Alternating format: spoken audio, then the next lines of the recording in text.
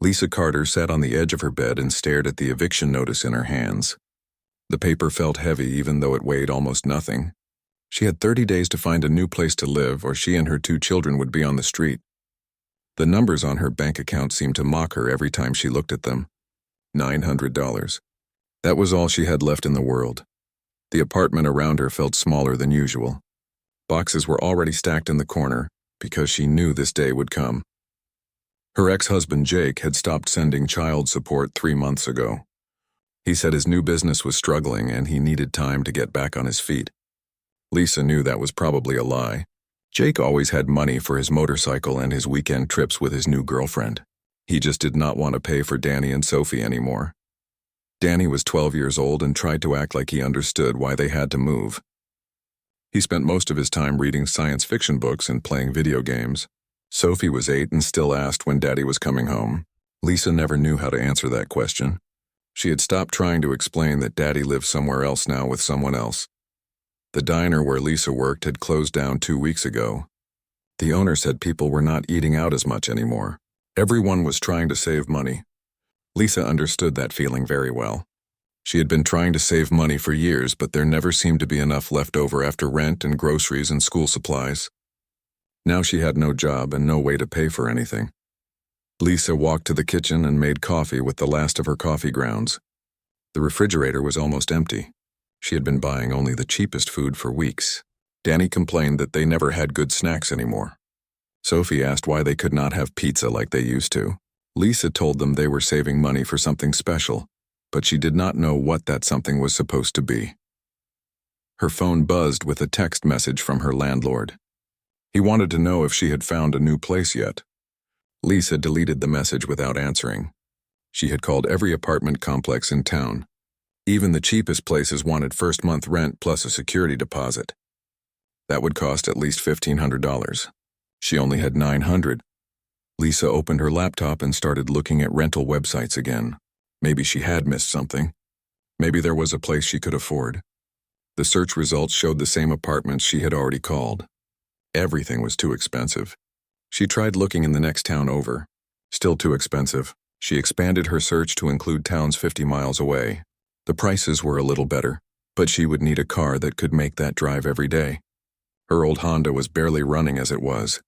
Then she saw something strange in the search results.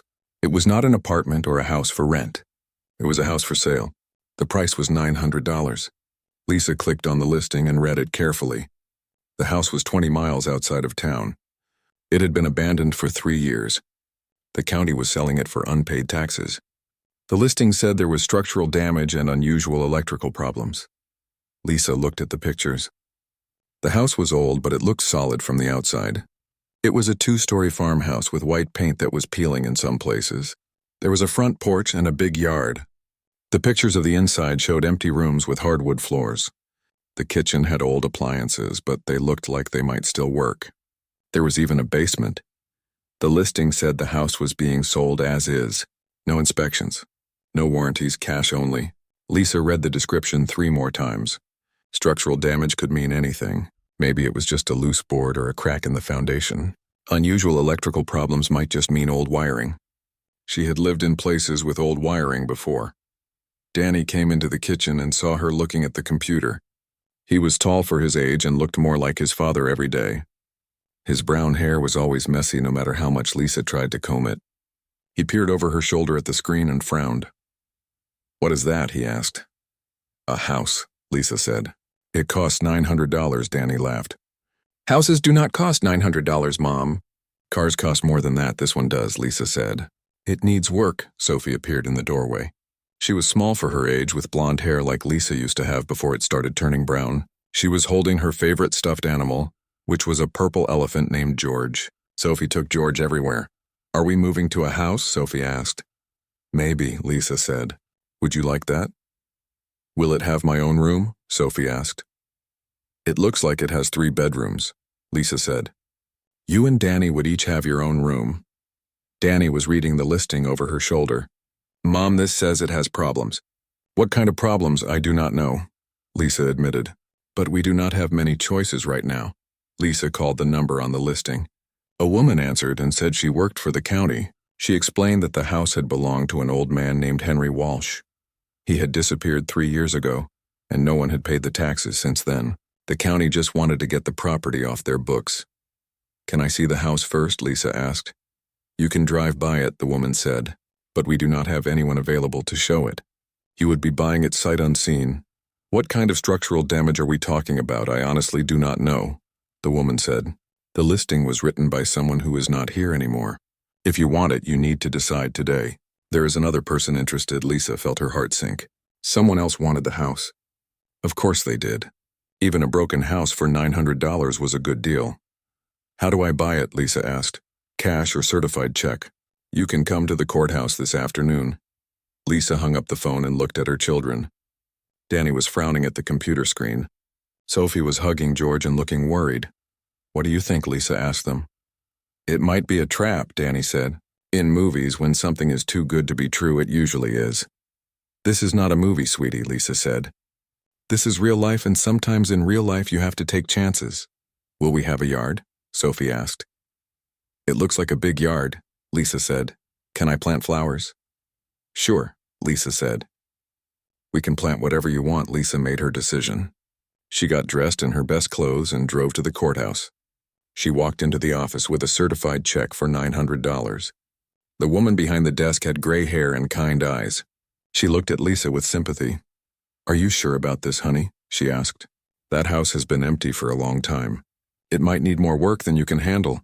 "I do not have anywhere else to go," Lisa said. The woman nodded and processed the paperwork. Lisa signed her name on several documents. When it was over, she held the deed to a house she had never seen. Her hands were shaking as she walked back to her car. That night, Lisa packed everything they owned into boxes.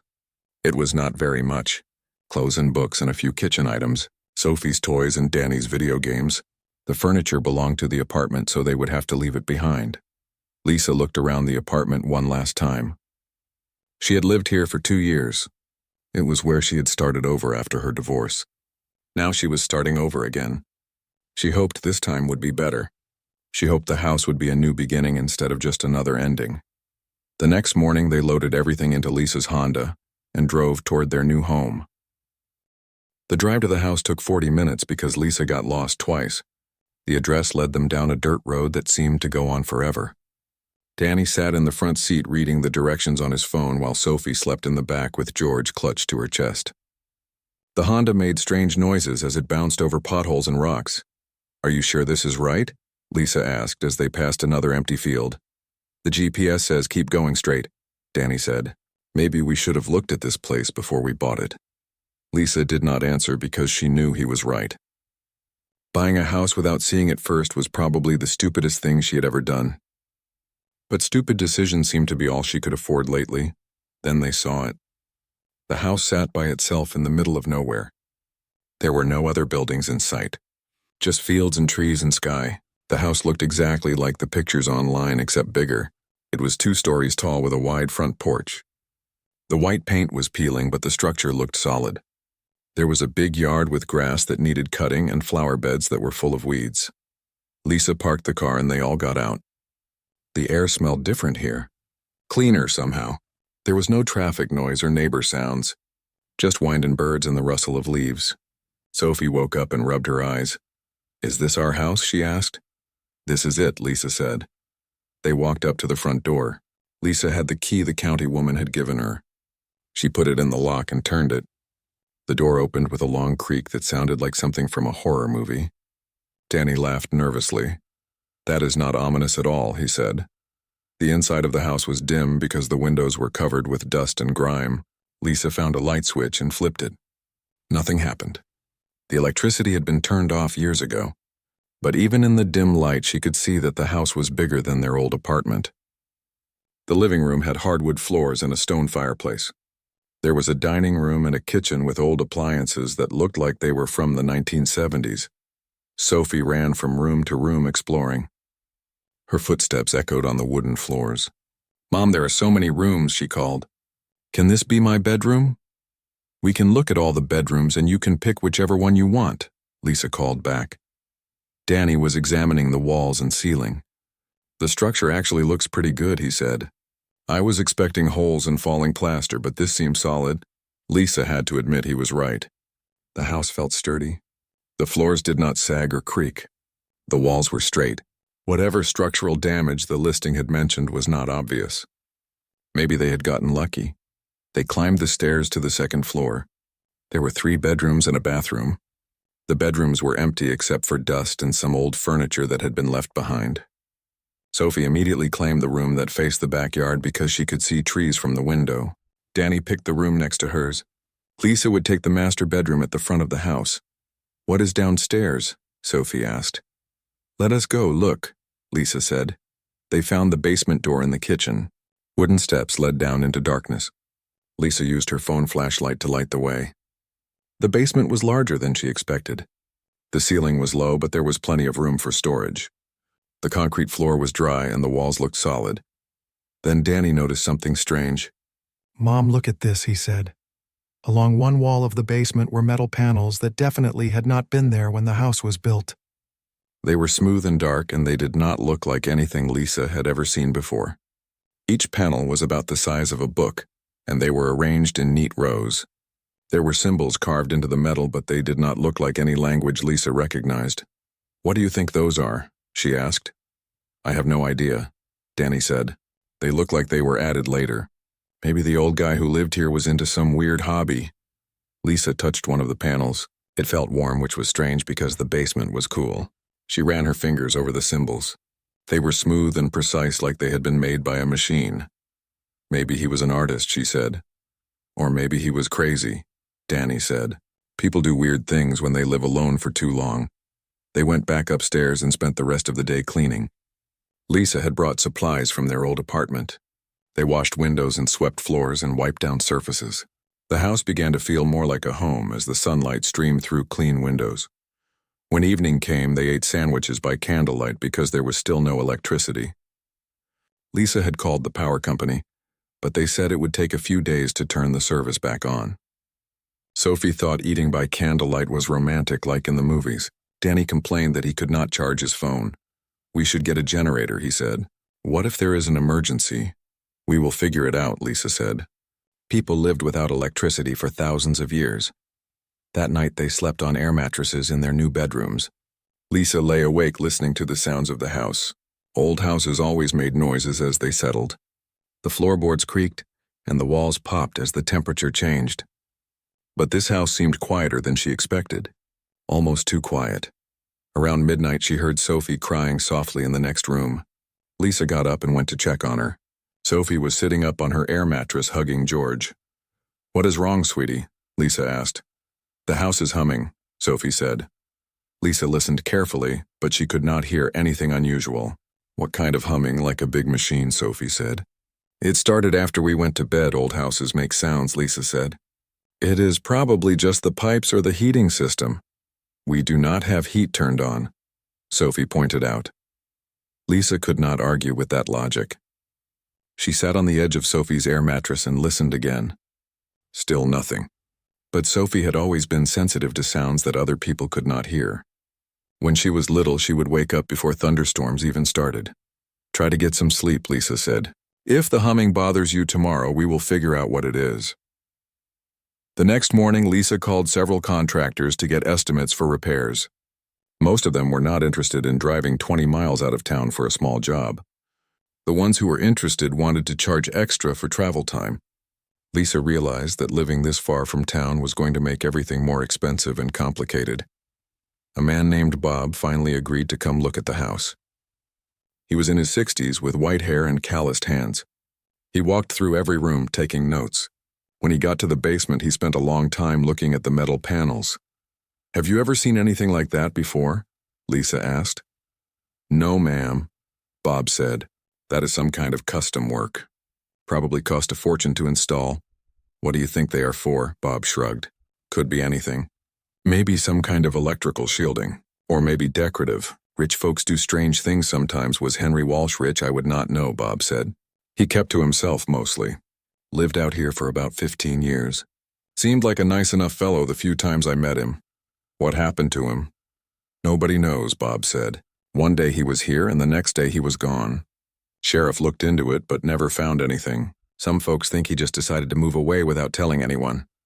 Bob finished his inspection and gave Lisa a list of things that needed attention. New roof, updated electrical system, plumbing repairs, window replacements. The total estimate was more money than Lisa would see in the next 5 years. You could do some of the work yourself, Bob said kindly. Save some money that way. After Bob left, Lisa sat on the front porch steps feeling overwhelmed.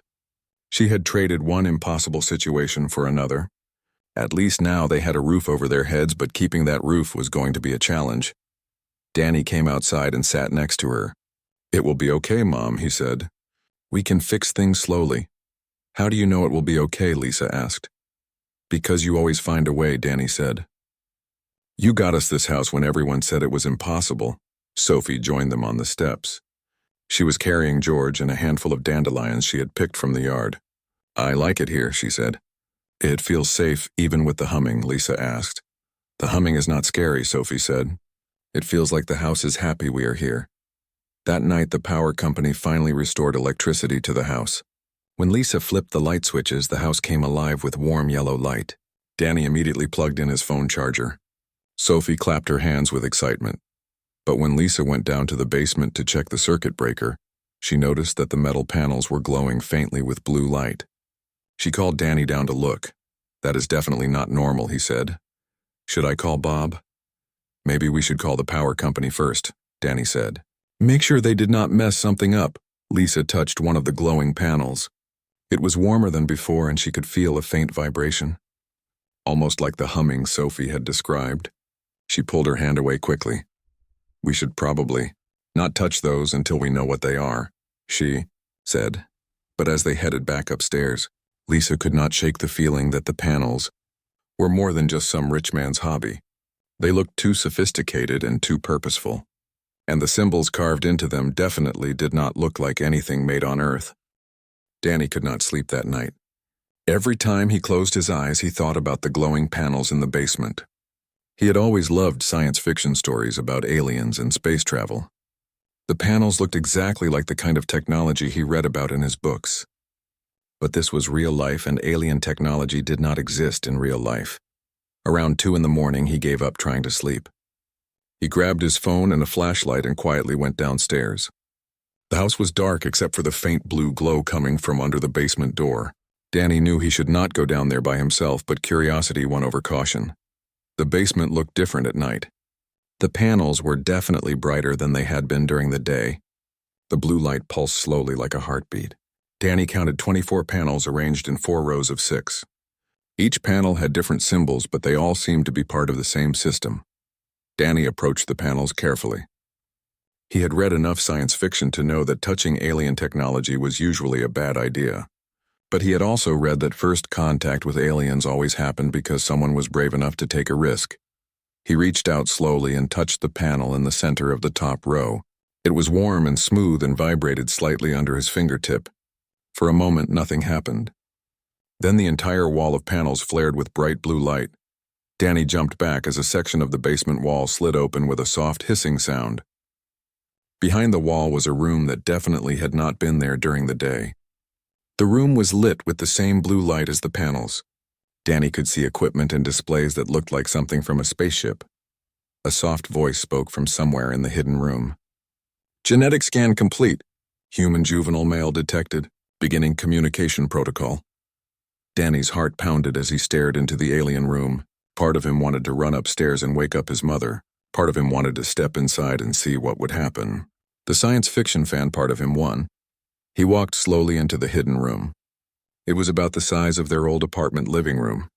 The walls were covered with displays showing star maps and symbols that shifted and changed.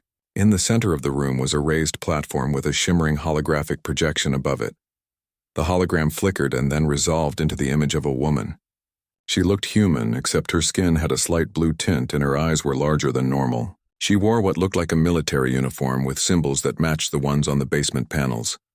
"Greetings," the woman said. Her voice came from speakers hidden somewhere in the walls. "I am Commander Zara of the Galactic Federation. This message was programmed to activate upon detection of a family unit in distress." Danny stared at the hologram with his mouth open. "You are an alien," he said. That is correct from your perspective, Commander Zara said. Though from my perspective you are the alien. I apologize for any confusion this situation may cause. Agent Walsh was supposed to prepare Earth families who might inherit this facility. Agent Walsh, Danny said. You mean Henry? Henry Walsh was his Earth identity, Commander Zara said. His actual name was Commander Henricks of the Federation Intelligence Division. He monitored your planet for 37 Earth years before his recent capture. Danny felt dizzy. He sat down on the floor because his legs did not seem to want to hold him up anymore. This is not real, he said. I am dreaming. I understand this is difficult to process, Commander Zara said. But I assure you this is not a dream. Your family has inherited one of our most important facilities.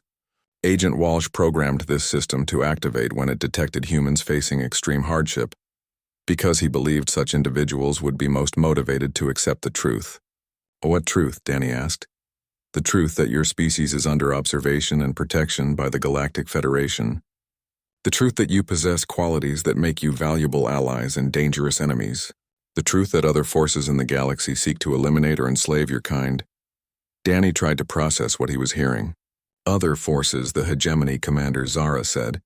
A coalition of species that believes the galaxy should be ruled by the strongest and most ruthless. They see humanity as a threat because humans possess something very rare. What do we possess? Adaptive resilience, Commander Zara said. The ability to thrive under pressure and find solutions where other species would surrender. Most intelligent species develop this quality to some degree, but humans have it in abundance. This makes you valuable as allies but terrifying as enemies. The hologram flickered and changed to show images of space battles and alien worlds. Danny saw ships that looked nothing like anything from Earth fighting among the stars. Some of the ships had the same blue energy signatures as the basement panels. For the past century, the Federation has maintained a protective barrier around your solar system. Commander Zara continued. This has prevented the hegemony from locating Earth. But Agent Walsh's capture has compromised our security. It is possible that hegemony forces will find your world within the next few months. What happens then? Danny asked. That depends on humanity's response, Commander Zara said. The Federation will offer membership and protection to any species that proves worthy. But membership requires sacrifice and courage. Not all species are willing to pay the price. Danny heard footsteps on the basement stairs. He turned to see his mother and Sophie coming down. Lisa was holding a baseball bat and Sophie was clutching George. They both stopped and stared when they saw the hidden room and the holographic alien. Danny, what did you do? Lisa said. I just touched one of the panels, Danny said. Mom, this is Commander Zara. She is from space. Lisa looked from Danny to the hologram and back again. This is not happening, she said. I apologize for the dramatic nature of this revelation, Commander Zara said. But circumstances require rapid communication. Your family has inherited a critical Federation facility at a time when Earth's security is compromised. Sophie walked over to stand next to Danny. She did not seem afraid of the alien hologram. Are you the one who makes the humming sound? She asked. The humming you hear is the facility's power core, Commander Zara said. You have sensitive hearing, young one. That is a useful trait. Lisa stepped into the hidden room still holding the baseball bat. Let me understand this, she said. Henry Walsh was an alien spy. This house is some kind of space station, and you want us to help fight other aliens. Henry Walsh was human, Commander Zara said. But he worked for the Federation for most of his adult life. This facility serves multiple purposes, including communication monitoring and emergency defense. And yes, we hope your family will choose to continue Agent Walsh's work. Why us? Lisa asked.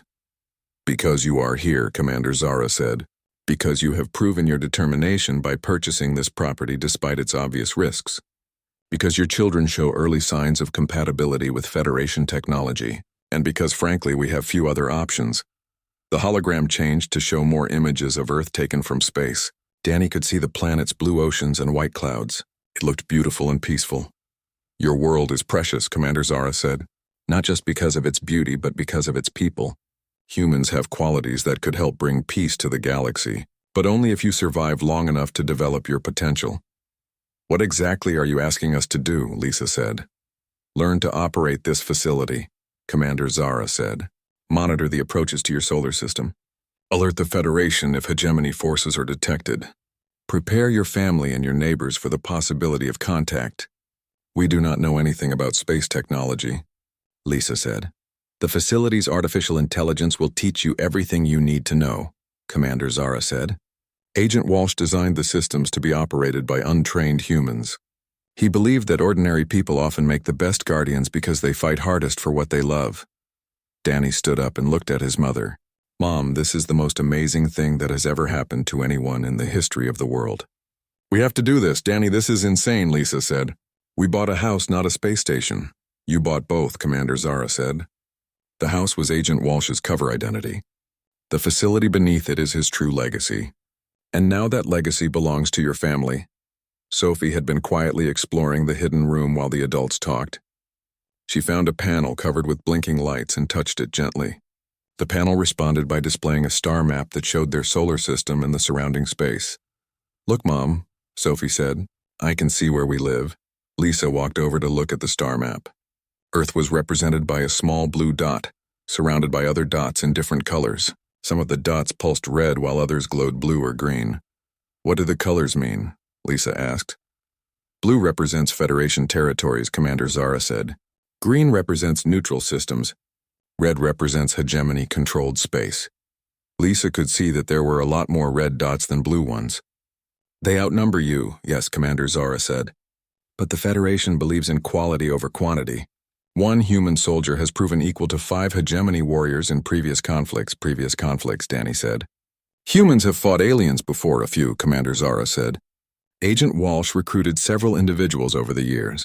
Most worked in intelligence gathering rather than direct combat. But yes, humans have served the Federation with distinction. Lisa stared at the star map and tried to process. Commander Zara's hologram smiled when Lisa agreed to help. The expression looked human enough to be reassuring, but different enough to remind them they were talking to an alien being. Excellent, Commander Zara said. Training will begin immediately. But first you must understand why the Federation considers humanity so important. The hologram changed to show images of different alien species. Some looked almost human, while others were completely unlike anything Lisa had ever imagined. She saw beings that looked like giant insects and others that seemed to be made of pure energy. The galaxy contains thousands of intelligent species, Commander Zara explained. Most develop along predictable paths. They create technology, solve basic survival problems, and eventually achieve space travel. But very few species develop what we call adaptive resilience. You mentioned that before, Danny said. What does it actually mean? Watch and learn, Commander Zara said. The displays around the room showed scenes of human history. Lisa saw people surviving natural disasters, building civilizations, recovering from wars, and exploring dangerous frontiers. She saw humans adapting to every environment on Earth, from frozen polar regions to scorching deserts. Most species develop intelligence as a way to control their environment, Commander Zara said. Humans developed intelligence as a way to adapt to any environment. This makes you uniquely flexible in crisis situations. The images changed to show space battles between Federation ships and enemy vessels. Lisa watched human pilots performing maneuvers that seemed impossible, while alien commanders followed more predictable strategies in combat situations. Most species rely on superior technology or overwhelming numbers, Commander Zara continued. Humans rely on creativity and determination. This makes human warriors extremely difficult to defeat because they never respond the way their enemies expect. Sophie was watching the battle scenes with wide eyes. Are those real people fighting? Those are recordings from the Frontier Wars, Commander Zara said. A conflict that ended 20 Earth years ago. The Federation victory was largely due to human tactical innovations. Lisa felt a chill run down her spine. Humans were already fighting in space wars 20 years ago. A small number, Commander Zara said. Perhaps 50 individuals total. All volunteers recruited by Agent Walsh and others like him. Their contributions were classified to protect Earth's secret location. Danny was studying the tactical displays with obvious fascination. How did they learn to fight in space if they were from Earth? The same way you will learn, Commander Zara said. Through simulation training and gradual exposure to Federation technology, the human brain adapts to new concepts faster than most species. What takes other beings months to learn, humans often master in weeks. The displays changed again to show peaceful scenes of alien worlds. Lisa saw cities that looked like crystal gardens and space stations the size of small moons. The technology was beautiful but also intimidating. The Federation encompasses 47 star systems, Commander Zara said. Each member species contributes their unique strengths to the alliance. Humans would contribute adaptive resilience and tactical creativity. What do other species contribute? Lisa asked. The Centaurians excel at long-term planning and resource management. The Altarians are master engineers and builders. The Vegans have telepathic abilities that make them ideal for communication and coordination. Each species fills a necessary role. Sophie had found another control panel and was touching the symbols carefully. Each touch brought up different information displays. She seemed to understand instinctively which symbols did what. Remarkable, Commander Zara said. She is accessing historical databases that most Federation citizens require years of training to navigate. Is that normal for human children? Lisa asked. We do not know, Commander Zara admitted.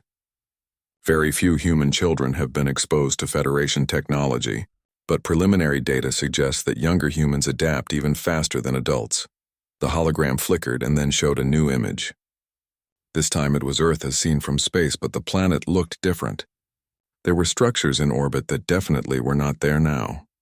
This is what Earth might look like in 50 years if humanity joins the Federation, Commander Zara said.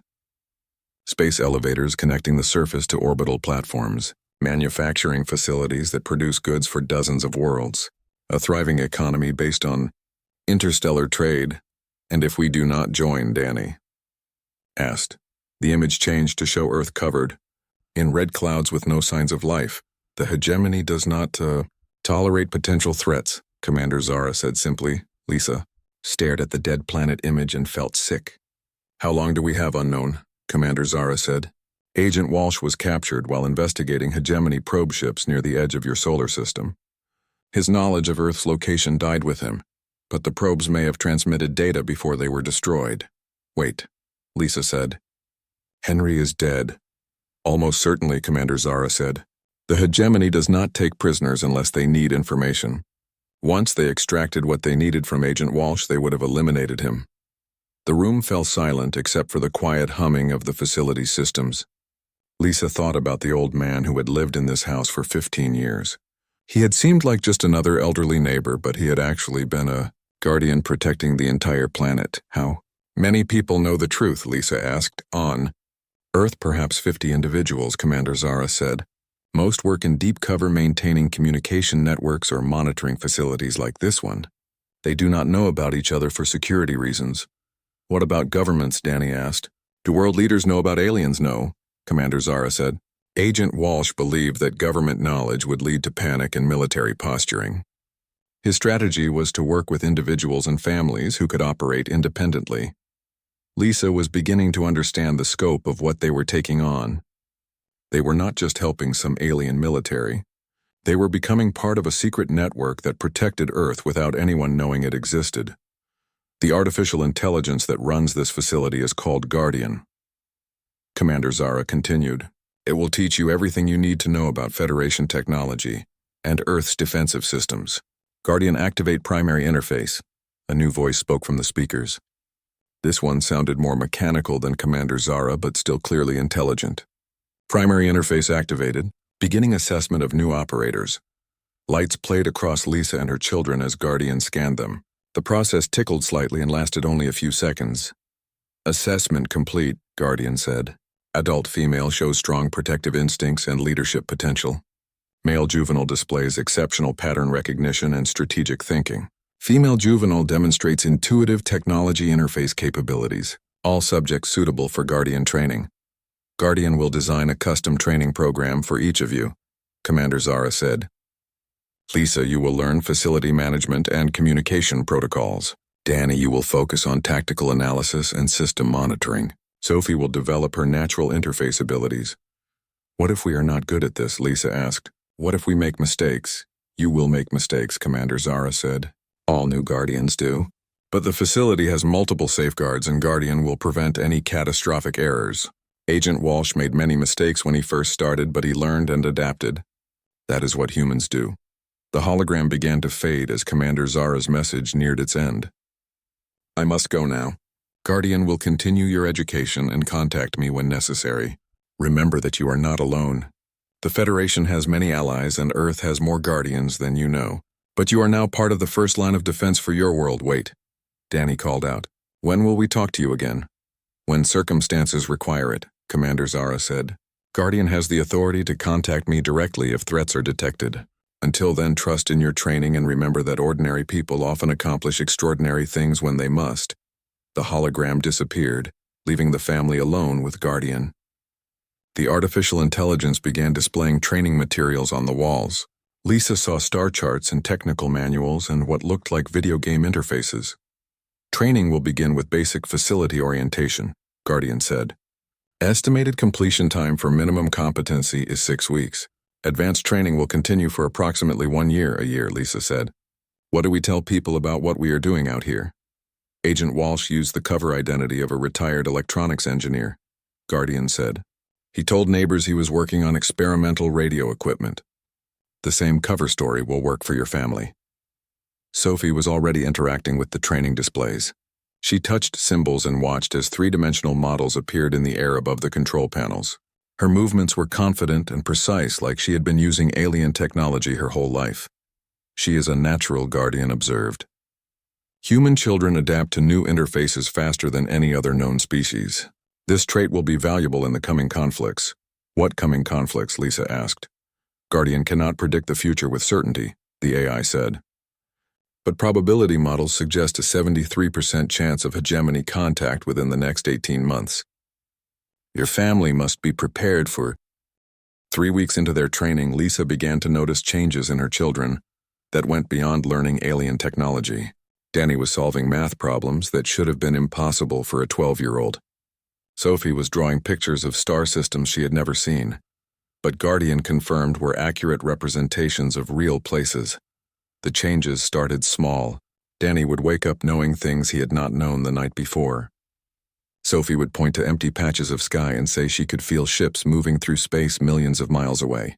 At first, Lisa thought they were just getting excited about their new situation. But Guardian confirmed that something unusual was happening. Human neural development appears to accelerate when exposed to Federation quantum fields.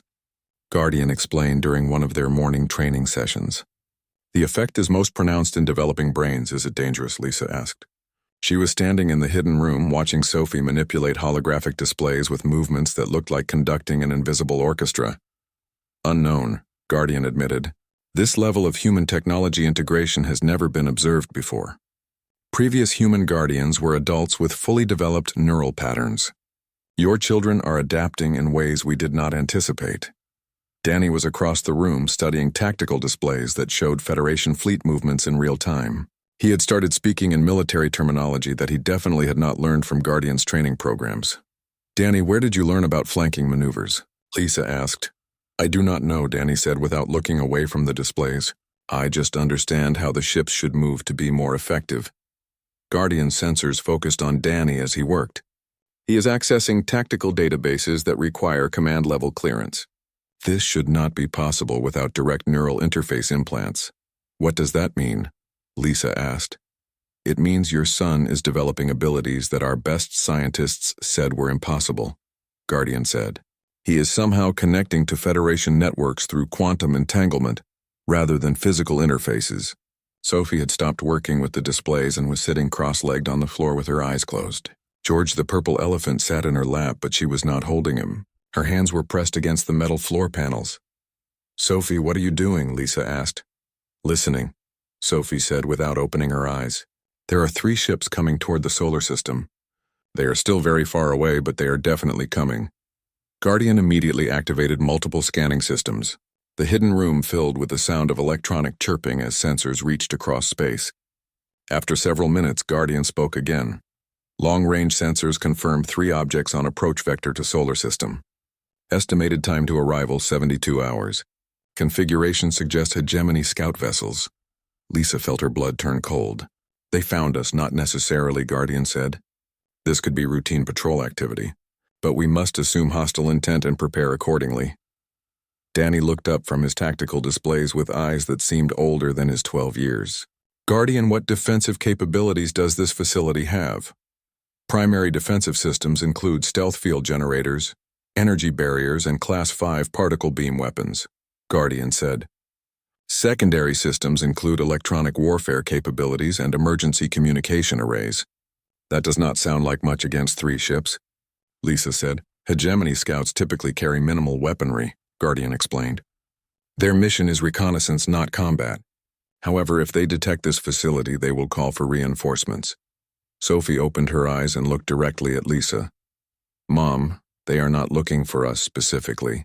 They are looking for any signs of advanced technology. If we stay hidden, they might go away. How do you know that? Lisa asked. I can feel what they are thinking, Sophie said. Not exactly thinking, but something like that.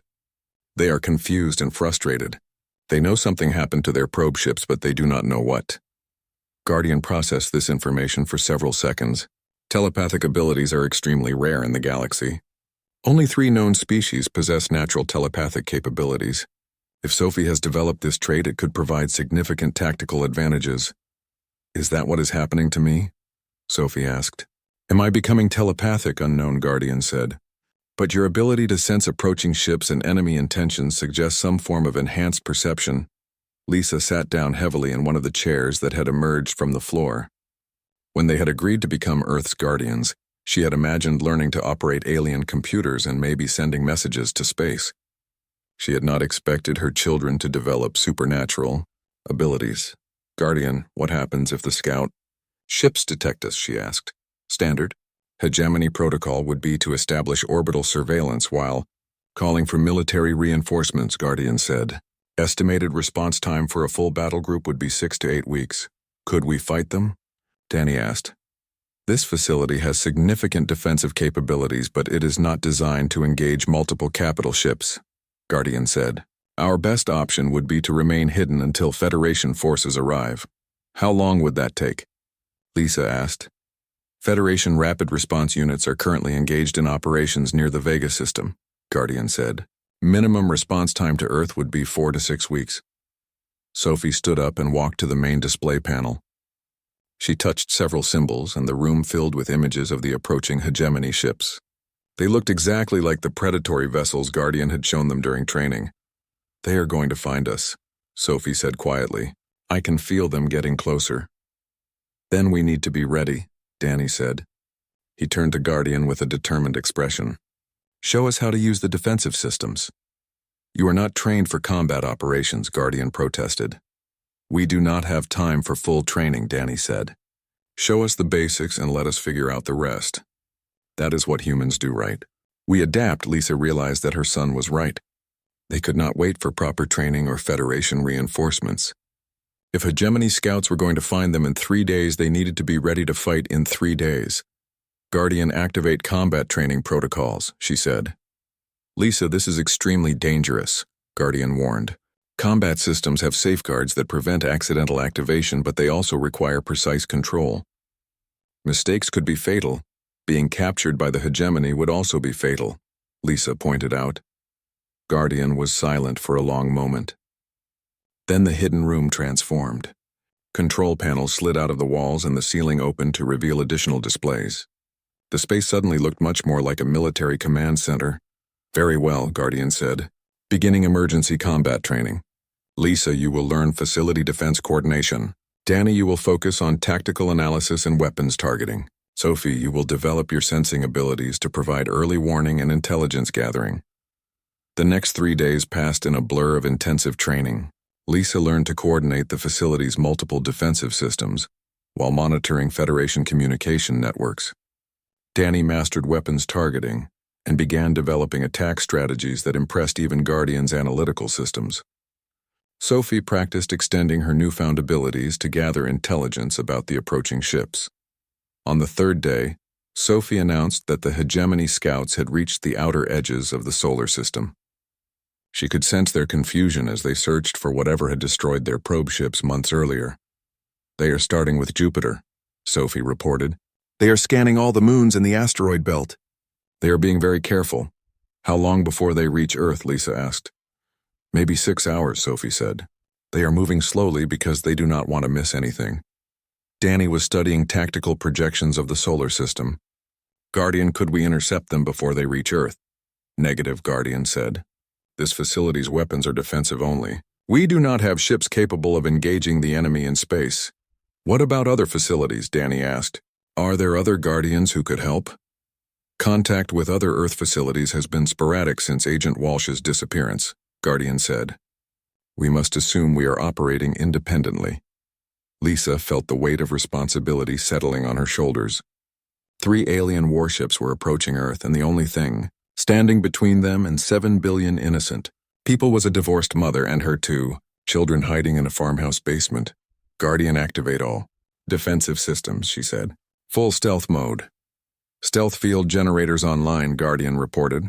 The facility is now invisible to most scanning methods. Sophie suddenly gasped and grabbed the edge of a control panel. They found something, she said. Not us, but something else. Another facility. The main display activated to show a real-time view of space near Mars. Lisa could see the 3 hegemony ships converging on what looked like empty space. Then weapons fire erupted from the void as a hidden Federation facility revealed itself. The Mars monitoring station, Guardian said. Agent Morrison must have decided to engage rather than remain hidden. They watched in horror as the small Federation facility fought desperately against 3 much larger ships. Energy beams lanced through space while defensive barriers flared and failed. The battle lasted less than 10 minutes before the Federation station went dark. Agent Morrison, Lisa asked. No longer transmitting, Guardian said simply. Sophie was crying as she watched. The hegemony ships arrived at Earth exactly when Sophie predicted they would. Lisa watched on the main display as 3 angular black vessels took positions around the planet. They moved with the cold precision of predators who had done this many times before. They are beginning orbital scans, Guardian reported. Standard search patterns suggest they are looking for technological signatures rather than population centers. That is good, right? Lisa asked. They are not planning to attack cities, not yet, Guardian said. Hegemony doctrine calls for intelligence gathering before any major assault. They want to understand Earth's defensive capabilities before committing to invasion. Sophie was sitting at her usual position with her hands pressed against the floor panels. Her eyes were closed in concentration. They are confused, she said. They can tell that someone destroyed their probe ships, but they cannot find any evidence of advanced technology. What about the Mars station? Danny asked. They think it was just an automated defense system, Sophie said. They do not realize there are people like us hidden all over the planet. Danny was studying the tactical displays with the intense focus he had developed over the past few weeks. Guardian, how many other facilities are there on Earth? Classified information, Guardian said. But I can tell you that this facility is part of a network designed to provide comprehensive planetary defense. Are the other facilities like this one? Lisa asked. Each facility has different capabilities based on its location and mission, Guardian explained. Some focus on communication, others on sensor monitoring, and a few are primarily defensive installations. Lisa felt a small surge of hope. If there were other Guardians out there, then Earth was not completely defenseless. But the destruction of the Mars station proved that the hegemony was not going to be easy to stop. Sophie, can you sense the other facilities?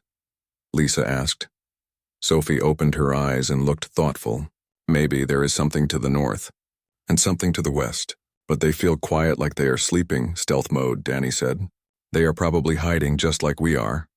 Guardian, can we contact them? Lisa asked. Communication with other facilities requires breaking stealth protocols, Guardian said. Any transmission we send could be detected by the hegemony ships. So we are on our own, Lisa said. For now, Guardian confirmed. The main display showed one of the hegemony ships moving closer to Earth. It was massive compared to anything humans had ever built. The ship looked like it could hold thousands of soldiers and enough weapons to level entire continents. Guardian, what happens if they detect us? Lisa asked. Standard hegemony procedure would be orbital bombardment followed by ground assault, Guardian said. They prefer to eliminate all resistance before landing troops. How many people would die? Sophie asked quietly. Guardian was silent for several seconds. Casualty estimates for full-scale hegemony invasion range from 2 to 5 billion humans in the first week. Lisa felt sick. She had known intellectually that they were protecting the planet, but hearing the actual numbers made the stakes feel overwhelming. 2 to 5 billion people. More than half the human race could die if she and her children failed. Mom, Danny said. Look at this. He had found something in the tactical database that made his face go pale. The display showed hegemony invasion records from other worlds. Lisa saw before and after images of planets that had been conquered. The before pictures showed cities and forests and oceans. The after pictures showed barren wastelands with scattered ruins. They do not just invade, Danny said. They strip entire planets of resources. They take everything useful and leave nothing behind. Why? Sophie asked. Why would anyone do that? Because they can, Guardian said. The hegemony believes that might makes right. They conquer because conquest proves their superiority. Lisa stared at the dead worlds on the display and felt anger building inside her.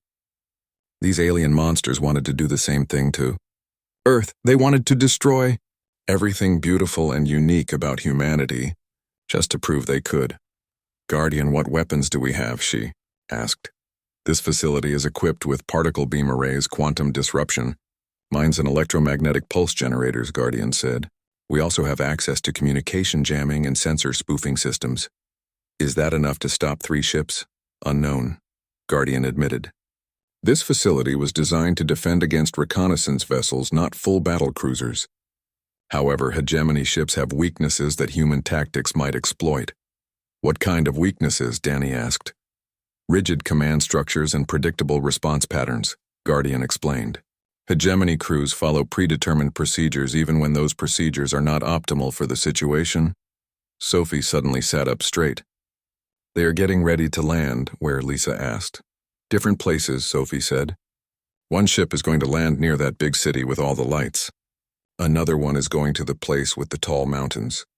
The third one is coming here, Lisa said. To this area? Not exactly here, but close, Sophie said. Maybe 20 miles away. They want to set up a base camp. Guardian sensors confirmed Sophie's report. One of the hegemony ships was descending toward the farming region where their house was located. On the tactical display, Lisa could see the massive vessel slowing down as it approached the surface. Why are they landing instead of staying in orbit? Danny asked. Standard invasion protocol, Guardian explained. Establish ground bases for resource extraction while maintaining orbital fire support. Guardian, do they know we are here? Lisa asked. Negative, Guardian said. Stealth systems remain effective. But if they establish a base camp within 20 miles, they will eventually detect our energy signatures. Lisa realized they were facing an impossible choice.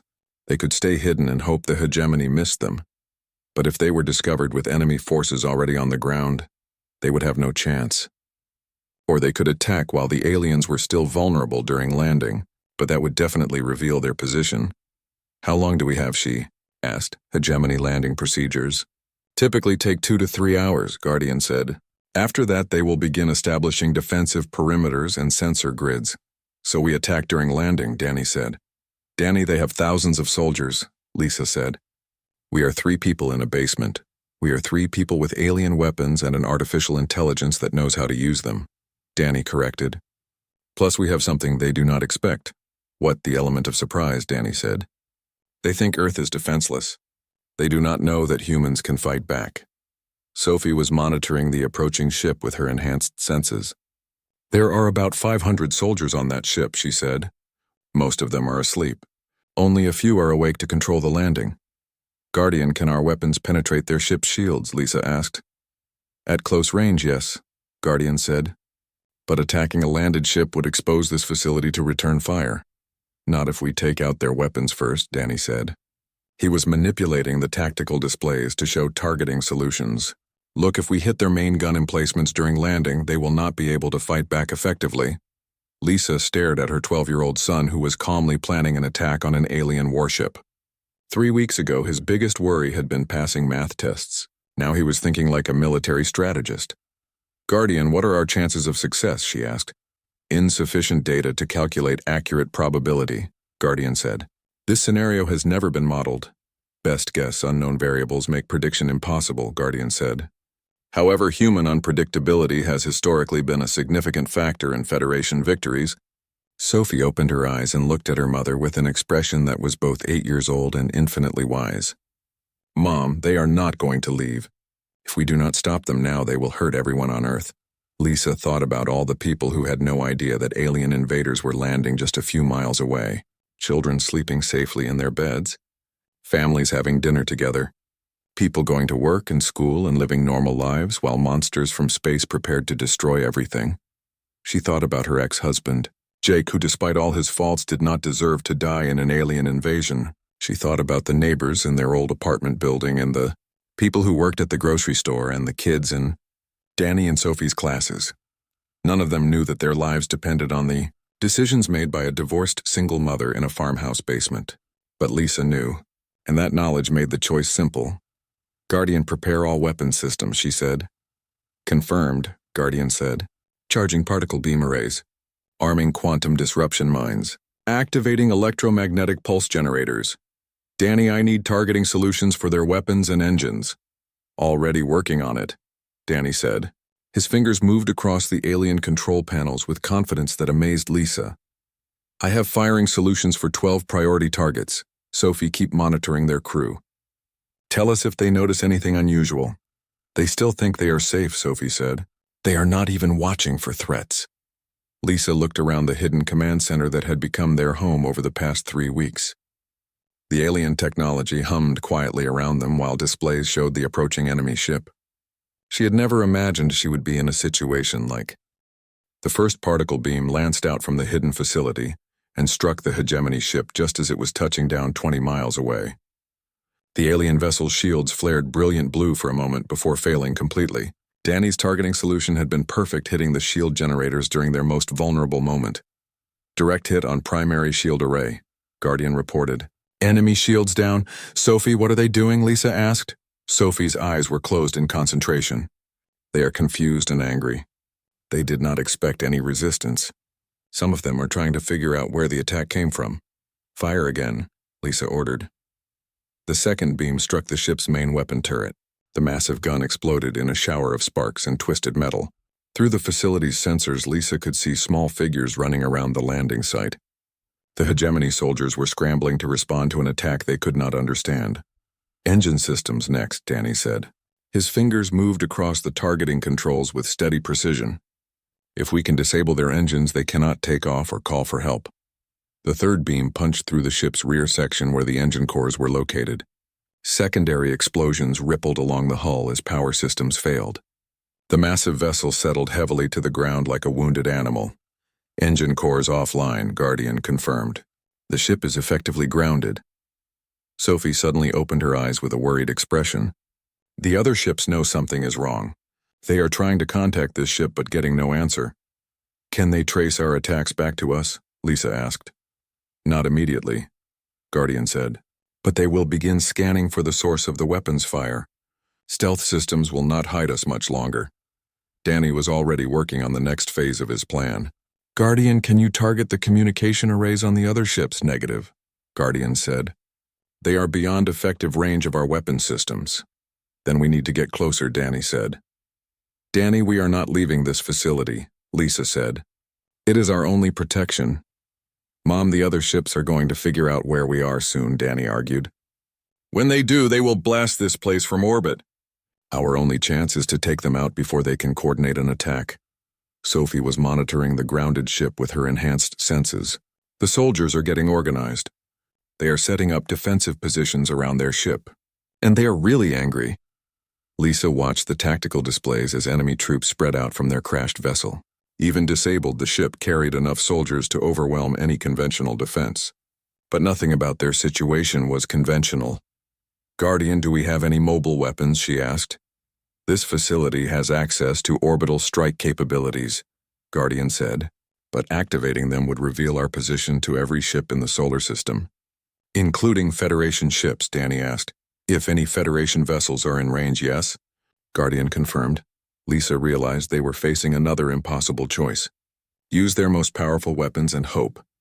Federation reinforcements would arrive before the hegemony could respond, or stay hidden and let the aliens establish their foothold on Earth.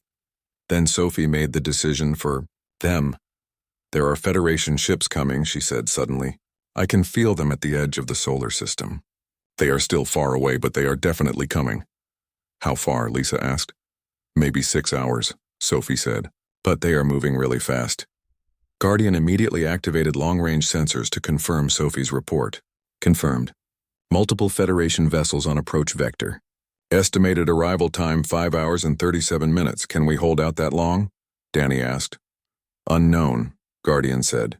The grounded hegemony ship is attempting to establish communication with the orbital vessels using backup systems. Lisa made her decision. Guardian, activate orbital strike systems. Lisa, this will expose our position to massive retaliation, Guardian warned. The Federation is coming, Lisa said. We just need to buy them time to get here. The facility shuddered as massive weapon systems that had been hidden for decades began powering up. The hidden room filled with the sound of charging energy and vibrating metal. Through the main display, Lisa could see the orbital hegemony ships beginning to move in response to the loss of contact with their ground team. Orbital weapons ready, Guardian announced. Targeting the communication arrays on both remaining ships. Fire, Lisa ordered. Twin beams of energy reached up from Earth and struck both hegemony ships simultaneously. The weapons were far more powerful than anything the facility had used before. Lisa watched in amazement as the alien vessel's communication systems exploded in brilliant flashes of light. Direct hits confirmed, Guardian said. Both ships have lost primary communication capabilities. Sophie was monitoring the aliens' reactions with her telepathic abilities. They are really confused now. They know they are under attack, but they cannot coordinate with each other or with their base ship. How long before they figure out where we are? Lisa asked. They are already scanning, Guardian said. Stealth systems will fail within minutes. Danny was studying the tactical situation with the calm focus of someone much older than 12. Guardian, can we take out their weapons before they locate us? Negative, Guardian said. Orbital weapons require a longer recharge cycle. Next firing window is in 17 minutes. That is too long, Lisa said. They will find us and destroy us before then. Then they heard something none of them expected. The sound of vehicles approaching on the road outside. Lisa looked at the surface surveillance displays and saw pickup trucks and cars racing toward their house. People were getting out with hunting rifles and shotguns and determined expressions. Who are they? Sophie asked. Lisa recognized some of the faces on the monitors. Bob, the contractor who had given her the repair estimate. Mrs. Patterson, who ran the general store in town. Even Jake, her ex-husband, was there carrying his old military rifle. They are neighbors, Lisa said in amazement. But how did they know? The first weapons discharge was visible for 50 miles, Guardian explained. Local residents would have seen the energy beams and come to investigate. Jake was pounding on the front door. Lisa, he shouted. Lisa, are you in there? What the hell is going on? Lisa looked at Danny and Sophie. Their secret was about to be exposed to people who were not ready to learn the truth about aliens and space wars. But those same people had come running toward danger because they thought their neighbors might need help. Guardian, can you communicate with the people outside without revealing the facility? She asked. I can use the house's normal intercom system, Guardian said. Do it. Guardian activated speakers throughout the house. When it spoke, its voice sounded like a normal computer instead of an advanced alien AI. This is an automated emergency broadcast. Hostile forces have landed 20 miles south of this location. All civilians should evacuate immediately. Like hell, Jake's voice came through the door. Lisa, if you are in there, we are not leaving without you and the kids. Sophie was smiling despite the danger they were facing. They came to help us. They do not even know what is happening, but they came anyway. That is what humans do, Danny said. We help each other. Lisa realized that her ex-husband and their neighbors represented exactly what Commander Zara had said, made humans special. They had seen something they did not understand, and instead of running away, they had come to help. It was the same adaptive resilience that made humans valuable to the Federation. Guardian, she said, can you arm the civilians with Federation weapons? This facility has a limited supply of handheld energy weapons, Guardian said. But humans require training to use them safely. How much training? Danny asked. Under normal circumstances, several weeks, Guardian said. These are not normal circumstances, Lisa said. Show them the basics and let them figure out the rest. Guardian activated the house's hidden weapon storage. Panels slid open throughout the building, revealing racks of alien firearms that looked like streamlined versions of human rifles. Emergency training protocols activated, Guardian announced through the house speakers. Please follow the highlighted paths to weapon distribution points. Lisa watched on the monitors as their neighbors cautiously entered the house. Their faces showed confusion and fear, but also determination. These were people who had lived through tornadoes and droughts and economic hardships. They might not understand aliens, but they understood protecting their community. "Guardian, how long until the hegemony ships locate us?" she asked. 2 minutes maximum, Guardian said. "And how long until orbital weapons are ready to fire again?" 14 minutes, Lisa looked at the displays showing both alien ships beginning to descend toward Earth. They had figured out the general area where the attacks were coming from, and they were moving to investigate. "Guardian, upload basic weapon training directly to their minds," Lisa ordered. "Emergency protocols." "That procedure has never been tested on humans," Guardian warned. "Do it anyway," Lisa said. The hidden facility hummed with energy as Guardian transmitted weapons training data to every person in the house. Lisa heard Jake curse loudly from upstairs as information flooded his mind. Mrs. Patterson was shouting questions that no one could answer. But within minutes, everyone had stopped talking and started moving with purpose.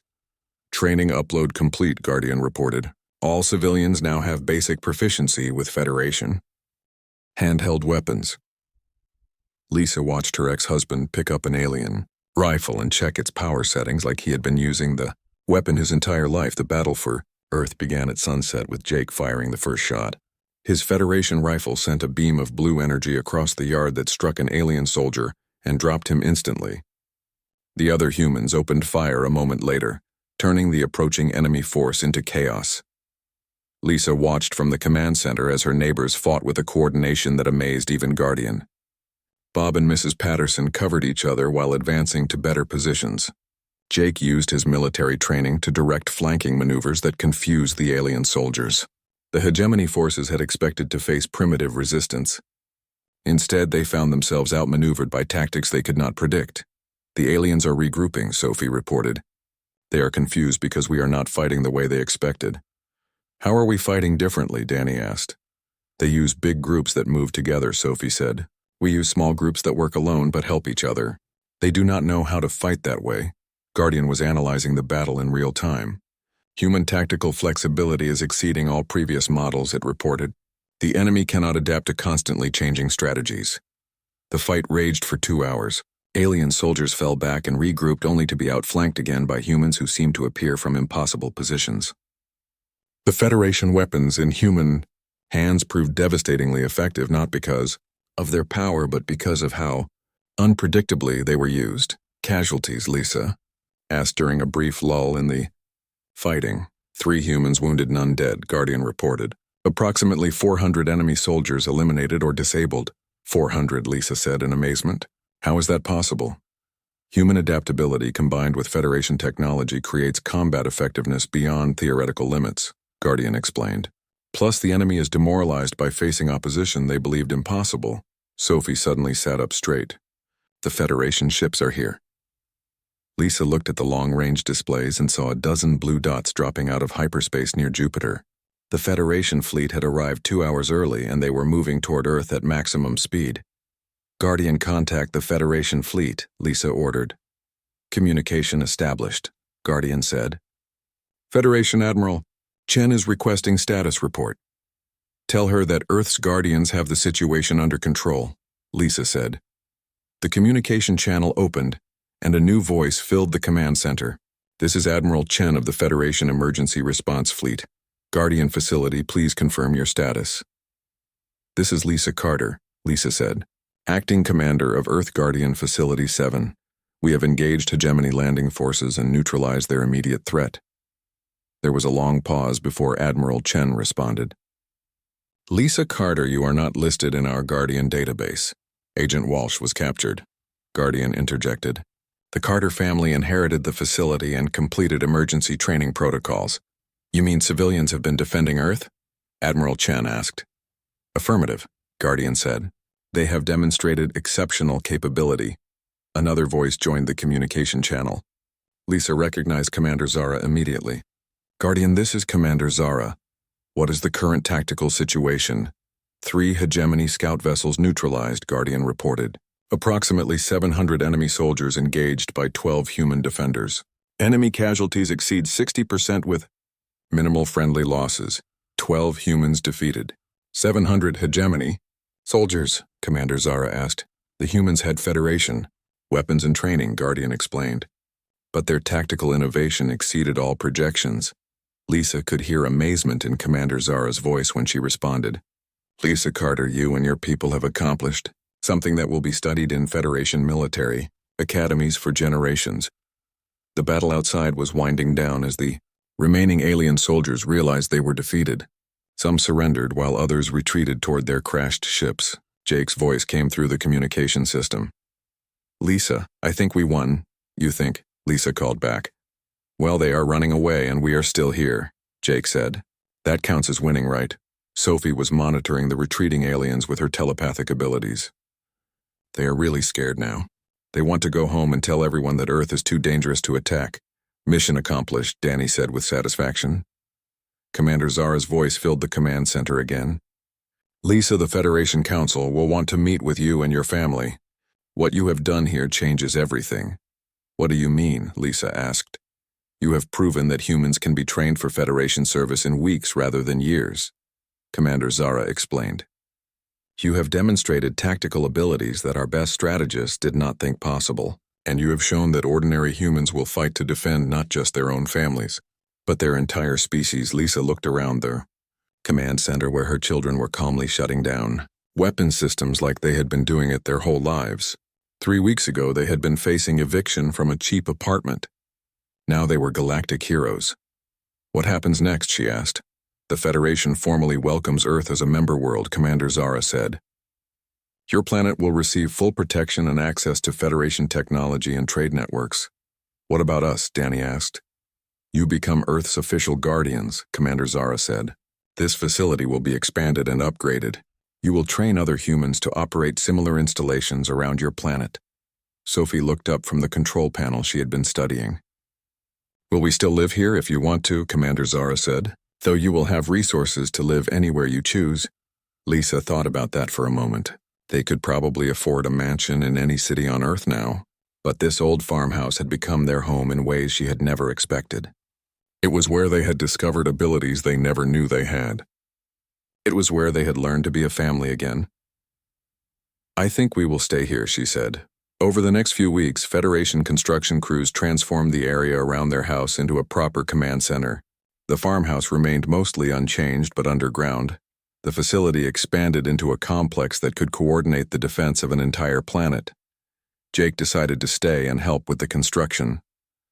He said it was the most interesting job he had ever had, and besides, someone needed to keep an eye on his kids while they saved the galaxy.